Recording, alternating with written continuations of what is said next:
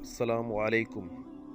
ایک business man نے خواب میں دیکھا کہ ایک شخص اس سے کہہ رہا ہے کہ تمہاری کمپنی کے گیٹ کے سامنے جو پھل بیچتا ہے اس کو عمرہ کرا دو۔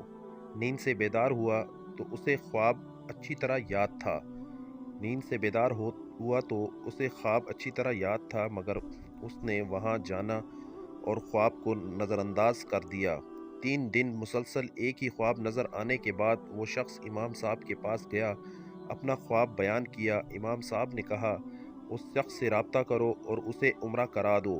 اگلے روز بزنس مین نے ایک ملازم سے اس پھل فروش کا نمبر معلوم کرنے کا کہا۔ بزنس مین نے فون پر اس پھل فروش سے رابطہ کیا اور اسے کہا کہ مجھے خواب میں کہا گیا ہے کہ میں تمہیں عمرہ کراؤں، لہٰذا میں اس نیک کام کی تکمیل کرنا چاہتا ہوں۔ پھل فروش زور سے ہنسا اور کہنے لگا، کیا بات کرتے ہو بھائی، میں نے تو مدت ہوئی کبھی فرض نماز ادا نہیں کی اور تم کہتے ہو کہ تم مجھے عمرہ کروانا چاہتے ہو۔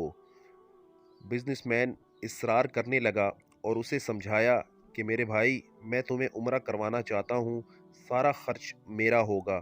خاصی بحث کے بعد آدمی اس شرط پر رضامند ہوا، ٹھیک ہے، میں تمہارے ساتھ عمرہ کرنے جاؤں گا مگر میری تمام اخراجات تمہارے ذمہ ہوں گے۔ وقت مقرر پر جب وہ ایک دوسرے کو ملے تو بزنس مین نے دیکھا کہ واقعی وہ شخص شکل و صورت سے کوئی اچھا انسان نہیں دکھائی دے رہا تھا۔ اس کے چہرے سے عیاں تھا کہ وہ نماز کم ہی پڑھتا ہے۔ اسے بڑا تعجب ہوا کہ یہ وہی شخص ہے جسے عمرہ کرنے کے لیے خواب میں 3 مرتبہ کہا گیا۔ دونوں مکہ مکرمہ عمرہ کے لیے روانہ ہو گئے۔ میقات پر پہنچے تو غسل کر کے احرام باندھا اور حرم شریف کی طرف روانہ ہوئے۔ انہوں نے بیت اللہ کا طواف کیا، مقام ابراہیم پر 2 رکعت نماز ادا کی، صفا و مرمہ کے درمیان سعی کی، اپنے سروں کو منڈوایا اور اس طرح عمرہ مکمل ہو گیا۔ اب انہوں نے واپسی کی تیاری شروع کر دی۔ حرم سے نکلنے کے لگے تو پھل فروش بزنس مین سے مخاطب ہوا اور کہنے لگا، دوست، حرم چھوڑنے سے پہلے میں 2 رکعت نفل ادا کرنا چاہتا ہوں، نہ جانے دوبارہ عمرہ کی توفیق ہوتی بھی ہے یا نہیں۔ بزنس مین کو کیا اعتراض ہوتا، اس نے کہا، نفل پڑھو اور بڑے شوق سے پڑھو۔ پھل فروش نے اس کے سامنے نفل ادا کرنا شروع کر دیے۔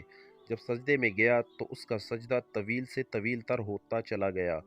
جب کافی دیر گزر گئی تو بزنس مین نے اسے ہلایا، جب کوئی حرکت نہیں ہوئی تو اسے معلوم ہوا کہ پھل فروش کی روح حالت سجدے میں ہی پرواز کر چکی تھی۔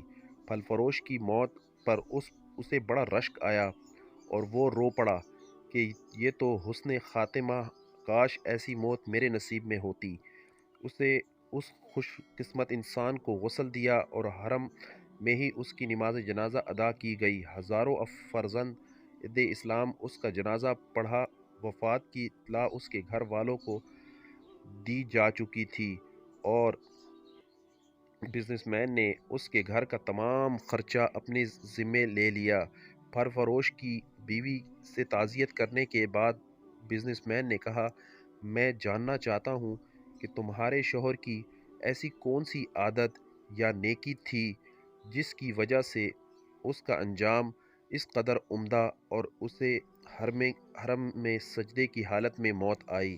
بیوی نے کہا، بھائی، میرا خاوند کوئی نیک آدمی تو نہیں تھا، میں اس کی کوئی خاص خوبی بیان تو نہیں کر سکتی۔ وہ اس بیوہ اور اس کے یتیم بچوں کے لیے بھی لے آتا اور اس کے دروازے پر رکھ کر اسے آواز دیتا، اے بہن، میں نے کھانا باہر رکھ دیا ہے، اسے اٹھا لو۔